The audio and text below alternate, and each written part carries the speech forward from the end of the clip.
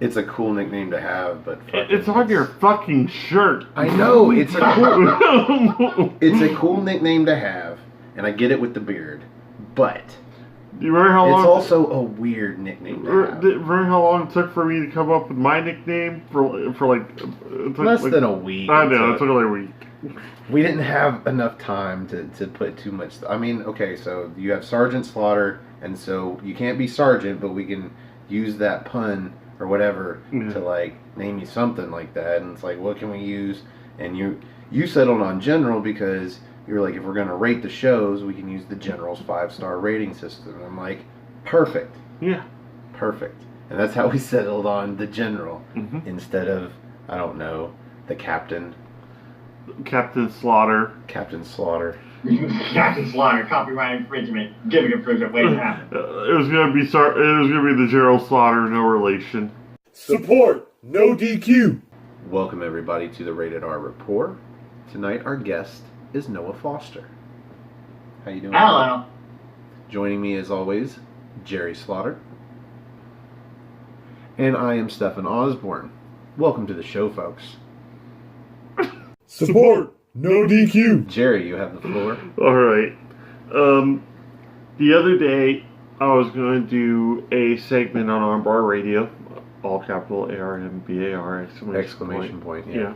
And it was going to be centered around All Elite Wrestling, and because right now, as of right now, all I'm seeing online, especially with the internet trolls and whatnot, have been that AEW is a t-shirt company. AEW can't, will be crushed by man, whatever. What does AEW have to do to make themselves a viable company that will last? Okay.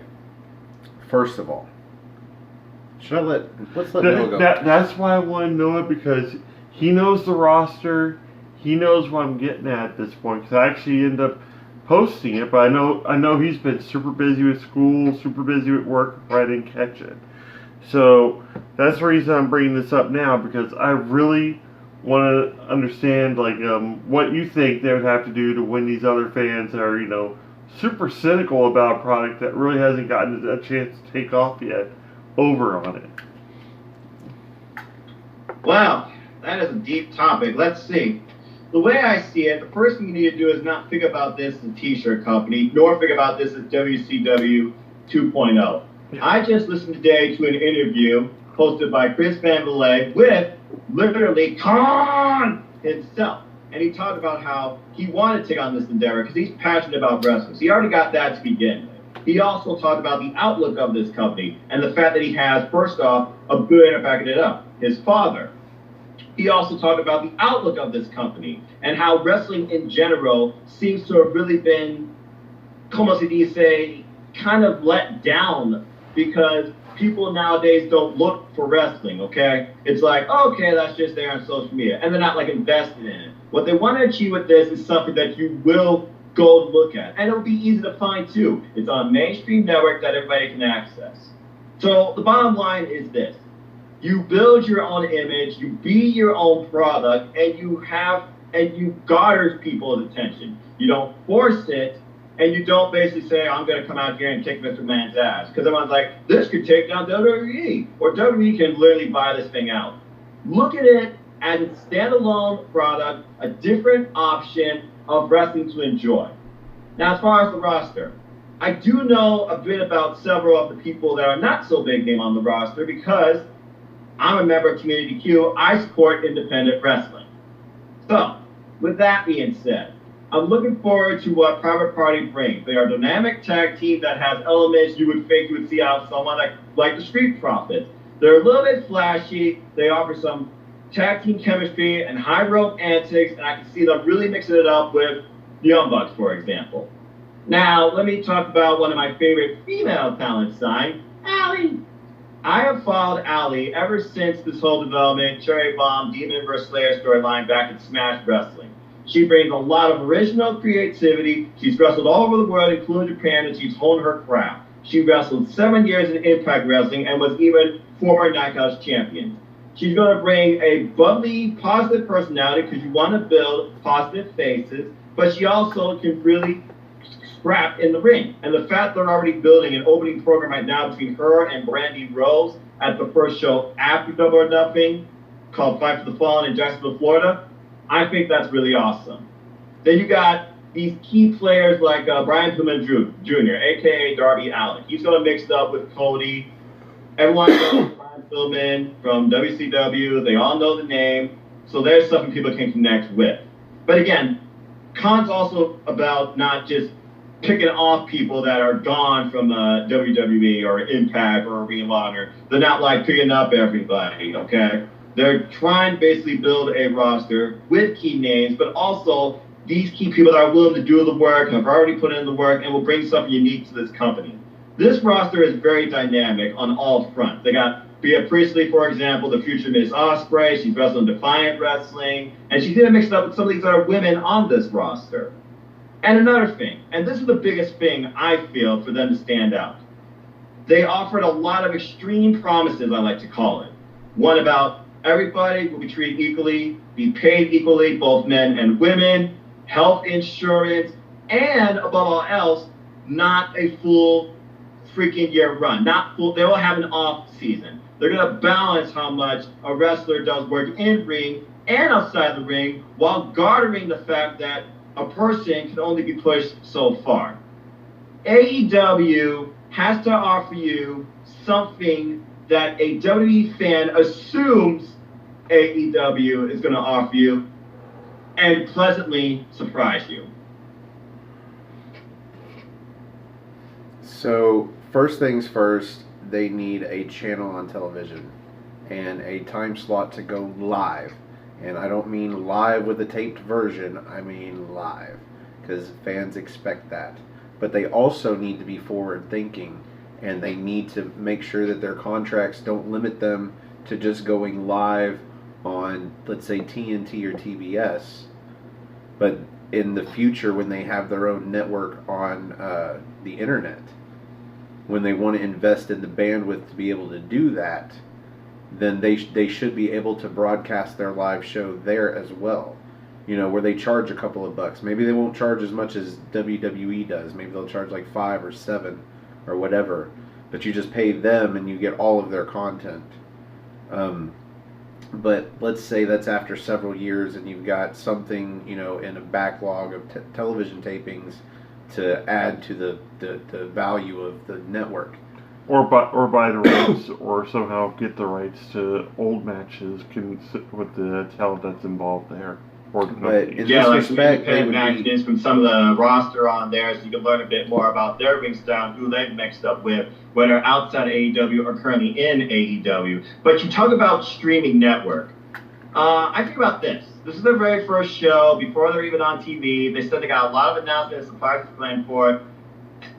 Don't you think a pay-per-view, the fact that people are buying a pay-per-view because they're interested in your product, don't you think that's more of a good way to initially showcase, wow, this is something worth looking at and garnering attention, versus just never like, okay, this is here just for me, blah, blah, blah. I think one of the problems with WWE today, they become comfortable and complacent with how much revenue they're pushing in, and it's affecting the quality of their product due to how many avenues people have to access the product. You really don't even have to try to look for WWE, it's just there. But it doesn't mean the interest is there. Yeah. I think AEW is going to offer you interest and will let you actually persuade you to go watch, like you said, on a live TV network.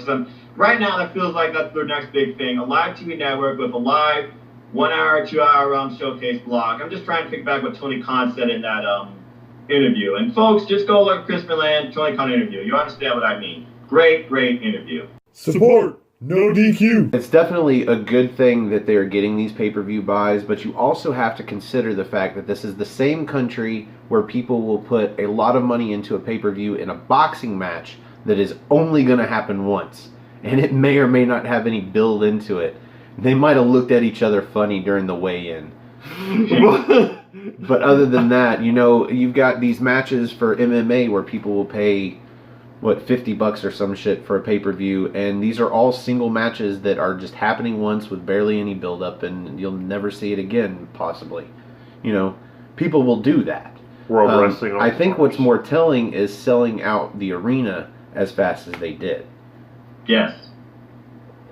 So there is an audience for this. But what I was talking about, maintaining the right to broadcast live, no matter what channel you're on your own network. Yeah. That is forward thinking. That is something WWE does not have right now. I don't even know if they've thought about this.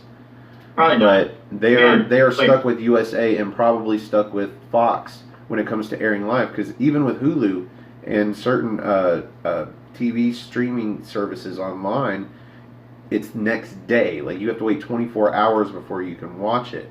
Otherwise, you have to have a network streaming service that has USA. You have to record it on your DVR and then watch it when you get home, like I do. Right. But if the network had it day of, in this state, the network doesn't get it, the WWE network doesn't get Raw or SmackDown for like 30 days after it airs. Right. First it belongs to USA for like 24 hours, and then it belongs to Hulu for 29 days. Mm-hmm. And then they can have it and broadcast it on the network and put it as stock. It's 4 weeks behind. Nobody's that far behind and thinks, hey, I'm going to go watch it on the network. Like, they're just like, I'll figure it out. I'm going to start with live and I'll figure it out. Yeah. So that's one thing they really need to do, and I really hope that they have thought about that going in. I'm not sure it's possible. Like, you may not be able to get a deal with a TNT or a TBS and have that in the clause, but if you can get away with it, that is huge. Well, consider this. Most channels connected to cable and satellite services, they have an on-demand app or a Go app. If those apps offer you that content that day or a live section of that channel on that app, then I can totally see that being like a possibility. Second thing they need to do is expand their home in Jacksonville and do an NXT job. They need to have a performance center. They need to have a place where they can train, they can learn, and they can tape with a small arena that you can fit up with all the lights and the pyro and the diddly-doos and everything you want, because it never has to move, because this is your space. Yeah. Right. Because right now AEW already got 1, 2, 3 shows planned in 3 different locations. They don't have like a default location or headquarter or performance center like you said. You need to be able to do a weekly live show in your home venue at the same time as trying to take it on the road, because a lot of the expense that they're going to have to foot is for traveling this show from city to city. I think it would be better if the pay-per-views were in different cities, but the weekly show was in the same arena in Jacksonville. Yeah. Kind of like how TNA started in its infancy with like pretty much most of their programming come from the Asylum in Tennessee, and NXT has the Full Sail University, where they have that hometown crowd, where they know the chants, where they know the talent, because it's all right there in front of them on almost a weekly basis. What you do, and sometimes they do it like in their basketball stadium or something like that on the same campus too, a slightly bigger audience. They haven't done that for a while. Yeah. But I get you. what you do is you pay a company to come in and do a massive survey and crunch the numbers and figure out exactly the size of an arena or a stadium that you need to build to be able to keep it packed on a weekly basis without it fizzling out. Yeah. You'd rather have people that can't get in Yeah. than suddenly have the crowd fizzle out where you have to drape off your own bleachers. How many people would you possibly want to try to put into the arena? Like, who the fuck knows? It's Jacksonville. I don't know Jacksonville. I couldn't tell you the population of Jacksonville. I think realistically, maybe 2,000 at best. Well, I mean, think about this: an average arena of the scale of Double or Nothing, or even like Takeovers, for example, they're 10,000 plus.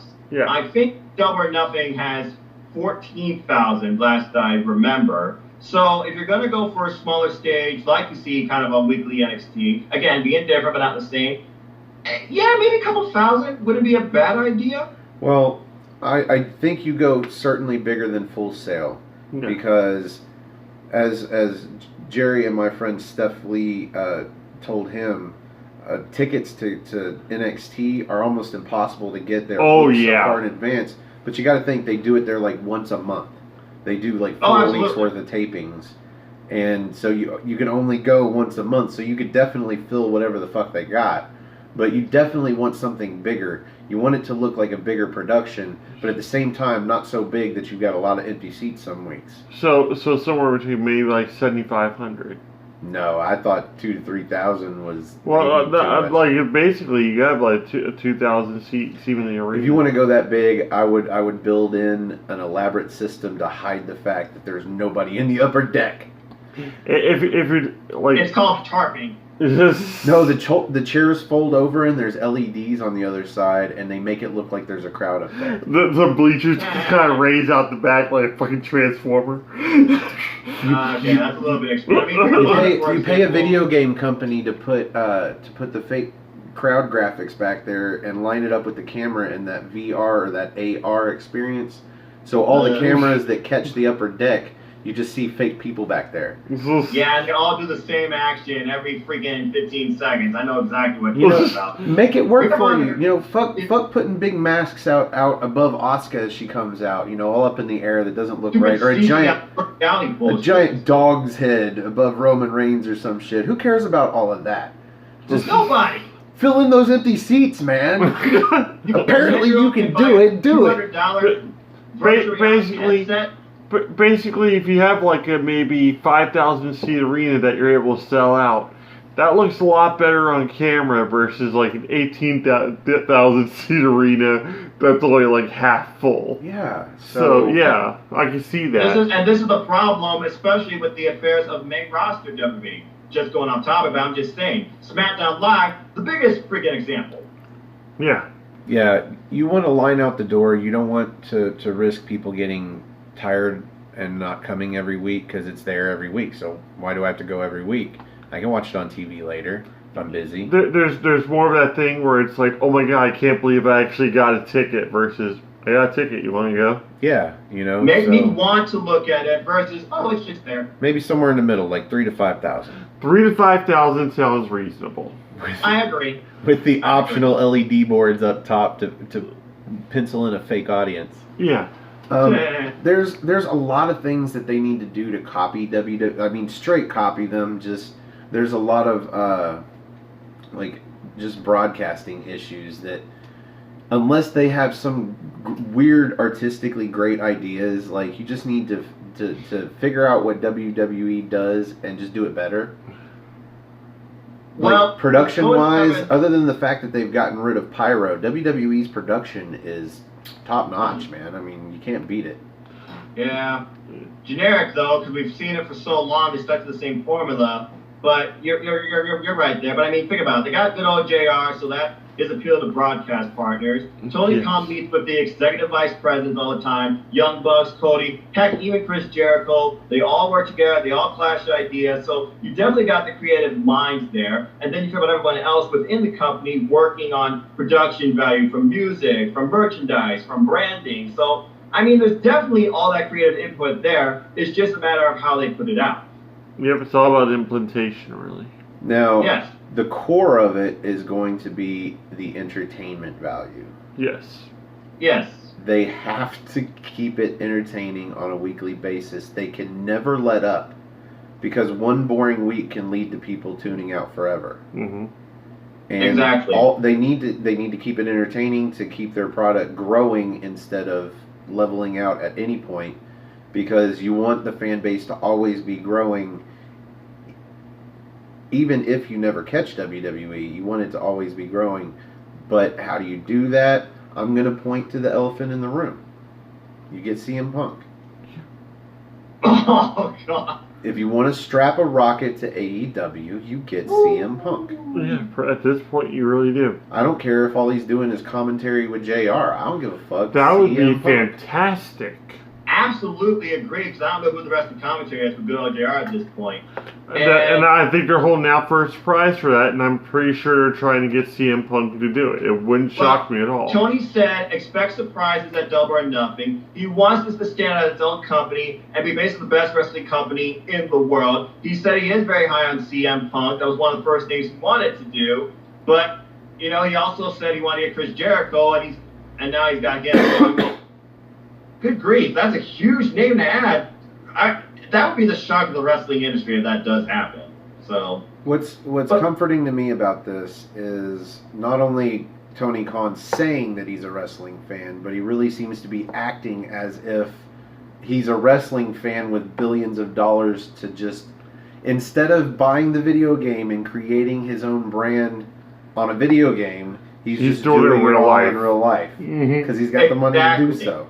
It's no longer. It's not a fantasy booking league for him. It is an actual booking league. This is a business endeavor where he is the head honcho. He's the main guy. He also said he doesn't want to be an on-screen character, so you're not going to see him in backstage vignettes or interviews or cameos in the audience. He's going to let the focus be on the wrestlers.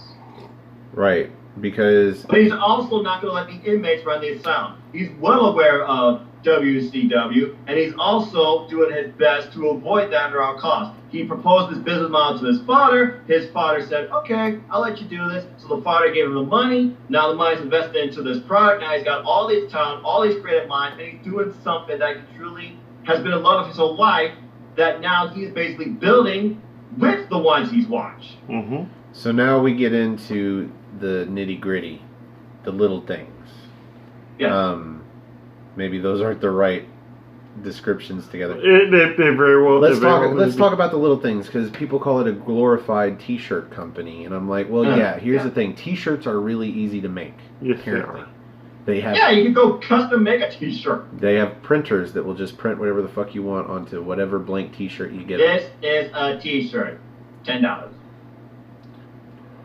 Yeah, I mean the fact that I have a T-shirt and like 3 people own one of my shirts.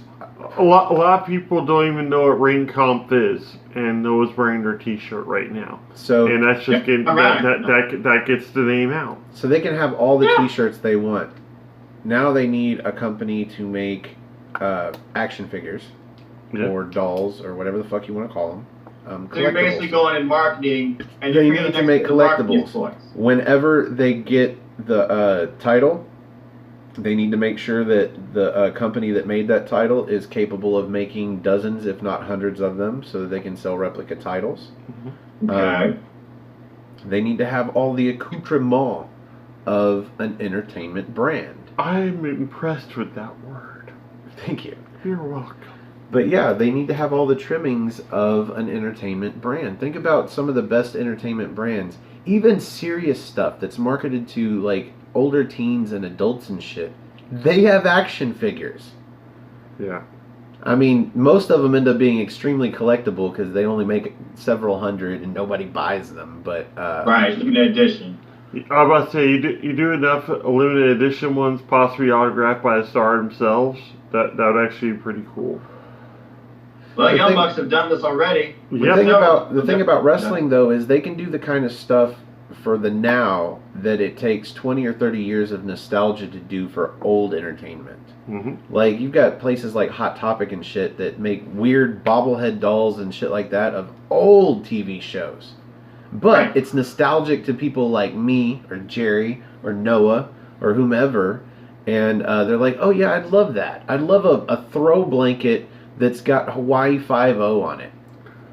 Like, Golden Girl bobbleheads? Sign me up. Fuck, they've got a 4-pack of Golden Girl Pez, and I'm just holding myself back from buying that. I swear to God. Your impulses. The only reason I have ever seen all of those episodes probably is because of my dad. My dad loved that show. Everybody's dad loved that show. Well, the way I see it, guys, it's like this. You got impulse buying, okay? If you believe in something and they give you a product related to something you are passionate about, you're more likely going to try and go after it. Heck, I almost own every piece of Undisputed Era merchandise except the new shirt. So yeah, wrestling can do that kind of merchandise in the now. They don't have to wait until it's nostalgic. But yeah, they need to have a serious company that can do action figures and make them look good. Not like the old 80s stretchy, bendy, or whatever WWE or WWF action figures. Yeah. I've seen some bad ones. What you want is a breakout merchandise like the wrestling buddies. You know, shit like the buddy brawlers or whatever they were called.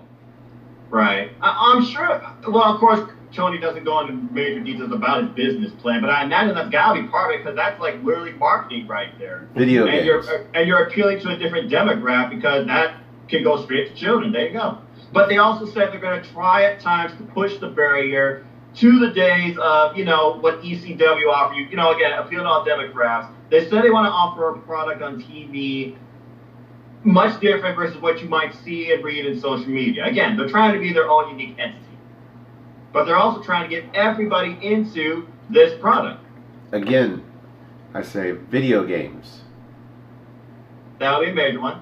No, that is a default for a wrestling company. I was about to say, with Kenny Omega in the fold, if you don't have a video game, there is something wrong with you. Oh, I'm very surprised if Kenny Omega is head of development for that. Yeah. I have a video game that's got Kenny Omega in it. Yeah, Fire Pro Wrestling. The dude, more stuff. That's connection between Kenny Omega and the New Day in WWE. Their love for video games. Xavier Woods and him are extremely tight because of their love for video games. And they face each other in Street Fighter and other video game-based tournaments. Mm-hmm. Well, for trash talk each other too. The question was, how do they compete with WWE? And video games is one of those obvious accoutrements, as I said, that is going to be required. And the thing about video games is you have to do it as early as possible. You got to get this started. Because unless you got years or decades of, what's the word for it, the base of a game, like a lot of games use like real world tournaments, physics or whatever. Unless you've got that base of a game to build on from year to year, you got to start from scratch. And my advice would be THQ. Oh, THQ is always a great start. Those were some of the best WWE games. No Mercy 64 is still my jam. All the way through fucking PlayStations and shit, like an Xbox and shit. So THQ. I mean, the last wrestling game I bought was me and my little brother used to play them all the time. Was SmackDown vs. Raw 2007, and we died out ever since. THQ gave us create a title. They gave us create a finisher.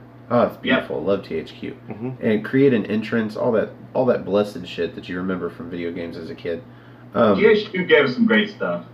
That would be my advice. Go to THQ because they might still own the base for those games and have the right to use them. Mm-hmm. The original IP, as you're putting, possibly. But that's another thing. Just the little things.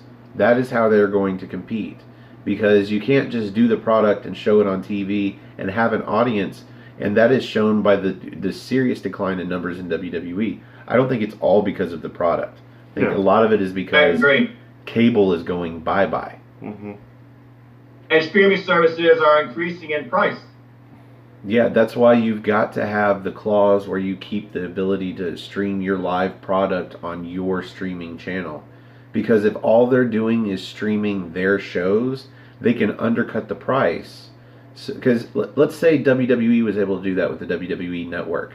I would save $35 a month on Fubo by just watching Raw and SmackDown when I get home on the network or live on the network.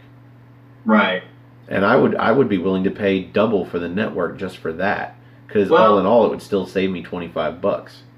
According to what I read on I forget what the source was, Wrestling News, something like that. They are doing a complete overhaul on the network, not only building a much more user-friendly interface, but they are going to add more content, and they also are going to bring out tiered plans.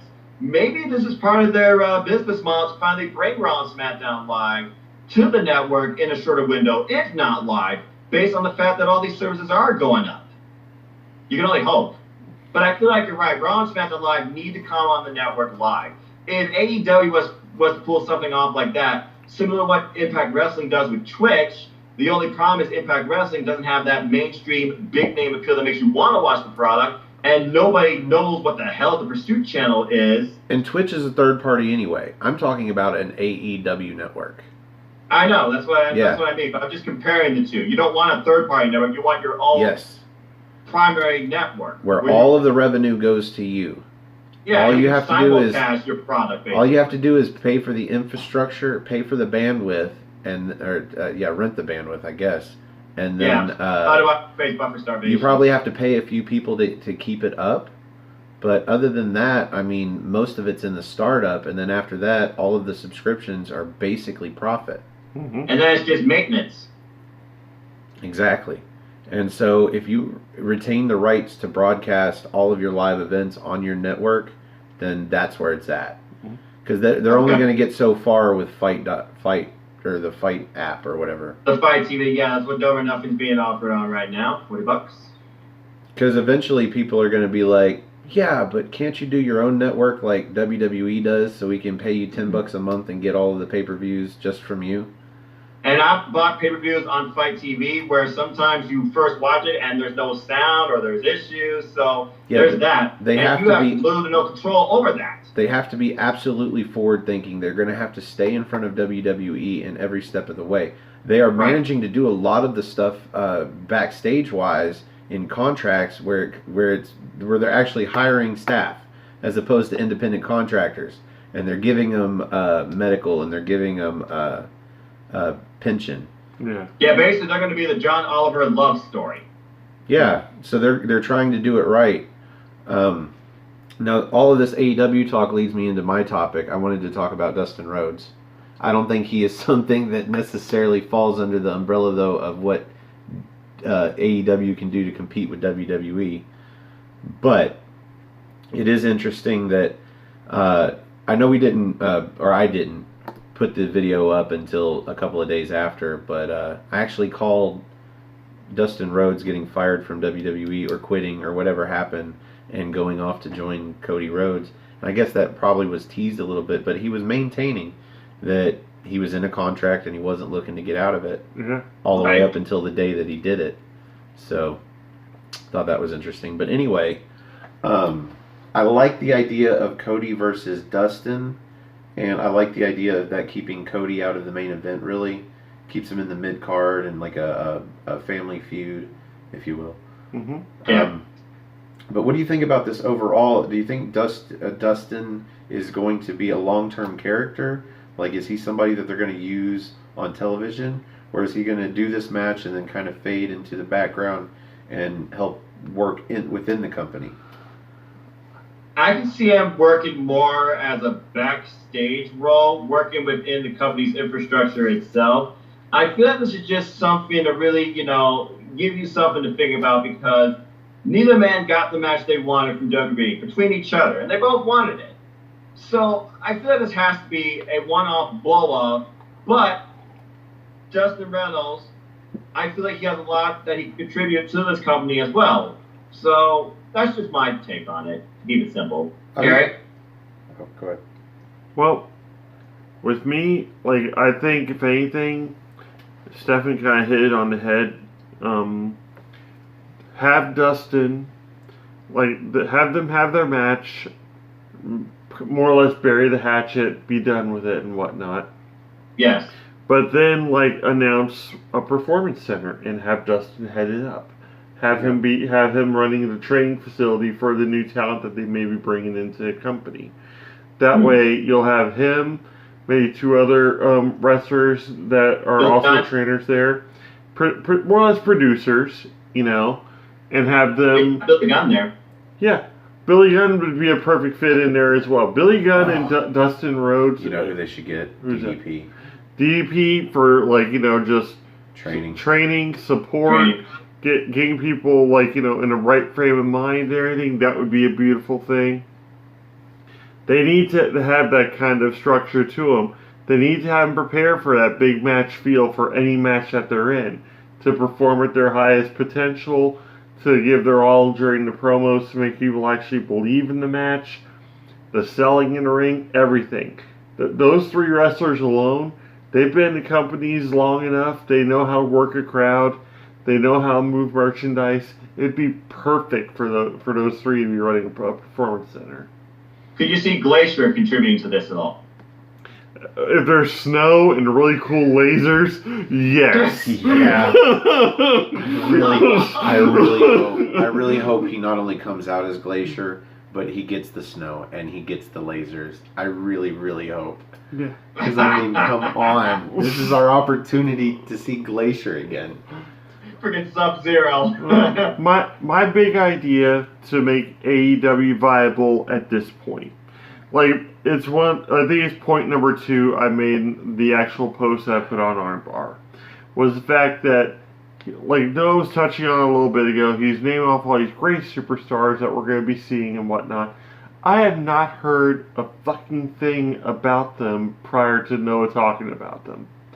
What they need to do, instead of just having this graphic that pops up that says so-and-so is all in, or anything like that, have a quick 10-minute video, or up to about a 10-minute video, almost like an NXT video package introducing the person.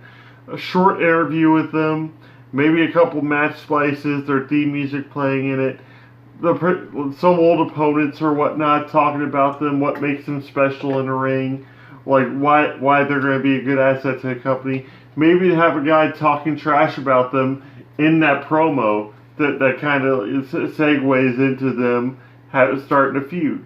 So when they finally appear on AEW television, we already have some emotional investment. Or when the match appears, you're not saying who, you're saying it's about time this guy's here. Or it's about time. It's about why? It's about time this woman has arrived in this company. I've been waiting for this for so long. So they need to stop assuming that the casual fan knows who any of these people are. Yes, exactly. And in that way, yeah, you can put them on the Be the Elite like program and whatnot. But at the same time, you've already got established talent like SoCal Uncensored. You've already got Christopher Daniels. You got Kazarian. You got Scorpio Sky.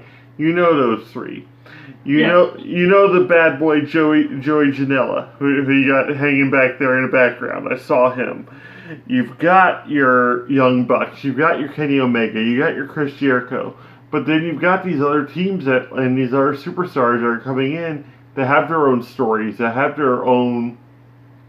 There's that MJF dude that, like, Cindy just hates pieces. That thing is just magnificent. And, he's going to be a great asset to the company, but the casual wrestling fan do not know who these people are. And that would be an awesome start. Just anytime they bring somebody in. Pentagon Jr. and Phoenix. Both excellent wrestlers. I've been watching their matches. But I'm like, I can't wait to see Pentagon Jr. wrestle. They're like, who's that? It'd be cool just to have that video package and be like, this guy. Chuck Taylor. Probably my favorite wrestler, like, in the world, it seems like. Representing Kentucky. You know, came up with Ricochet, rivaled with him all over the place around here in Indiana. And Ricochet's now in the big leagues. Losing a match to Robert Roode. To Robert Roode, his but mustache. but he's going to be well touted on. Tim and Trent Beretta, they're both going to be great, and those are two semi-established talents. But like you have these other ones that have never been heard of before. That need a platform. If they're going to be treated equal, paid equal and everything, they need equal exposure so that people understand who they are, what makes them tick, and that way they can also move the merchandise in question. Yeah. Gotta start making some video games. To support your point, Jerry, yeah. I'm looking at it this way right now. So they got 3 shows. They got Double or Nothing, the Fighter Festival, still don't know what the fuck I watched during that trailer, and Fight for the Fallen. Yeah. Right now, they're focusing on their first endeavor, Fight for the Fallen. You think about everybody on that card and in those matches. You look at that Road to Double or Nothing series, it's pretty much promoting everything and everybody going into those matches. So, in essence, they are giving you an idea of who these people are and why you should look at them as a wrestler and what they're going to bring to this company. Yeah. Now, as far as these other names, like you said, like Rhea Priestley and Rapport Party and all those other stuff that aren't even on the Double or Nothing card, I feel like they're going to continue to constantly develop, letting you know and giving you knowledge about their roster as they progress to those shows they're going to be involved in. Yeah. So I feel like they are slowly doing it, but just not doing it all at once, which again is a good idea because you don't want to overwhelm this person to think about this talent not on the show versus this talent that's going to be on the show that you may have never heard of. I'm personally excited to see Kylie Ray, Britt Baker, and Nyla Rose. And before this Rose Double or Nothing thing, the only one I knew a daggone thing about was Britt Baker, baby. Yeah. Okay. So, any other topics? Not that I can think of. That's the main one I wanted to bring into here because as much as we talk about the big brands, we talk about the NXT, we talk about NXT UK, we talk about Raw, we talk about SmackDown, we talk about 205. We very seldomly veer away from those kind of things. And then we'll talk about the old WCW and stuff. AEW is just one of those companies where I don't really feel... I feel the biggest mistake they can actually make in this whole thing is to actually try to go in direct competition with Vince McMahon. If they're an alternative to what we see on a daily basis, pretty much anything that they put out at this point has the potential of being better than what we're getting right now. Because McMahon's become so complacent in everything and making money that CM Punk said best in his pipe bomb. Vince McMahon is going to make money in spite of himself. There's always going to be like a market for him because WWE is that well established. People are always going to flock to it because that's what they know. You want to expose them to what they don't know, but you don't want to cram it down their throat, and you don't want to become almost what feels like a WWE byproduct. So, forget the shirts. But at the same time, like, that's also going to force the WWE to become more about, it's like, okay, these people are really responding to this, we're messing up somewhere, we need to figure out how to fix this. They're either going to try either start raiding AEW or they'll start trying with fresh with different superstars to do something different and something new. Kind of like relaunch almost like an Attitude Era type thing where it's going to be like, okay, we're going to go in a completely different direction and see how this works. And and the only people that stand to win in that whole thing will be the wrestling fan themselves. Because they'll be getting new stuff on both ends, and I think it's going to be a great time to be a fan if AEW takes off and takes our advice doing these things. And I'm just going to say this on record right now. I am all elite, and I'm going to say this right now. I bet you, and I'm going to say it, I think Double Nothing is going to be better over all the Money in the Bank. And that's the only reason we're getting AJ Styles versus Seth Rollins, because Double Nothing is the same week as Money in the Bank. Yep. It's possible. Okay. Alright. Anything for the main event? I just wanted to cover that. Do we have a We've Got 5? Okay. What do you want to do it on? I've been rolling this through my head. Everything seems so dumb. No. Like there's never a bad idea, just ideas that aren't right for the time. You remember that. Well, I was thinking like the top 5 pay-per-view names or like the worst 5 pay-per-view names, but then I started trying to think about it and I'm like, do I remember enough pay-per-view names to even do this list? Well, I know at least one pay-per-view we can put on it, December to Dismember. Oh, that was actually, I thought kind of clever. Great Balls of Fire was fucking stupid. Yeah. They did it all for the song, man. What the hell were they thinking? They did it all for the song, man. Yeah. Goodness gracious. Great balls of fucking... Well, guess what? The shit. set was not a jukebox. There was no cars on stage. There was no drive-in type time spot. Nobody came on the 50s gap or looked like the Fonz. Not even Finn Balor in his jacket. It was nothing but a name, and everyone, well, you saw what happened. Bash at the Beach has got to be one of the better ones. Halloween Havoc. A lot of WCW ones are good. We'll say that about WCW. Starcade. They sure as hell knew about how to name a pay-per-view. Oh, even in the Crash and Burn years, Greed was the pay-per-view. I was NWO sold out. Sold out, yes. Sold Out was just great. It was brilliant. Again, I'm still learning WCW, but I'm aware of those shows because I started off watching those. I was like, okay, how does the WCW pay-per-view compare to WWE pay-per-view today or back then? Now the product sometimes was completely different from the name. Like the name's like, oh, this sounds great. Oh, not so much. No. Fatal 4-Way, Unforgiven, Vengeance. Don't get me started on the Saudi Arabia shows. That's an automatic worse. I like Unforgiven. I like Vengeance. Unforgiven 2006 is still one of my favorite pay-per-views. I actually missed that one because, in my opinion, that pay-per-view was about literally, you did this to me, it ends here, the fate I'm going to do to you. I will have no regrets, but they will be unforgiven. Yeah. You want a pay-per-view name to be valued based on its name and actually have character to the matches, not a match on the show. That's why I feel like these gimmick pay-per-views are bullshit. Yes. Well, I'm not against too many gimmick pay-per-views. Like, I'm against the Hell in the Cell gimmick. I'm not against having Elimination Chamber be a pay-per-view and being once a year, because you can build title matches around the chambers instead of feuds. But really, like, you want to build feuds around the Hell in a Cell. Yeah. Money in the Bank. Exactly. I'm fine with Money in the Bank being a pay-per-view, but I would prefer it being a match at WrestleMania again and free up the pay-per-view slot. Or have them both. Just have the Money in the Bank pay-per-view 6 months away from Mania. You know? Yeah. May this will make me sound sadistic, but the Hell in a Cell Elimination Chamber match type things, they lost a lot of appeal for me when they got rid of the blood. Yeah. Because basically, granted, yeah, you don't really need it for those kind of matches, but at the same time, if you're going to have a blood feud with somebody, or if it's going to be in something that's supposed to be vicious and whatnot, somebody needs to bleed in some way, shape, or form. Yeah, the TLC pay-per-view sucks. The Extreme Rules pay-per-view sucks. Yeah. Yeah, it's pretty much like having the old Mortal Kombat games with no blood code.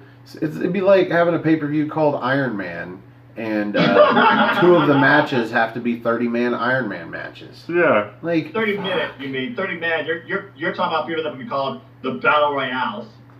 Or maybe the mid-card title is a 30-minute Iron Man match, and the heavyweight title match is a 60-minute. God damn!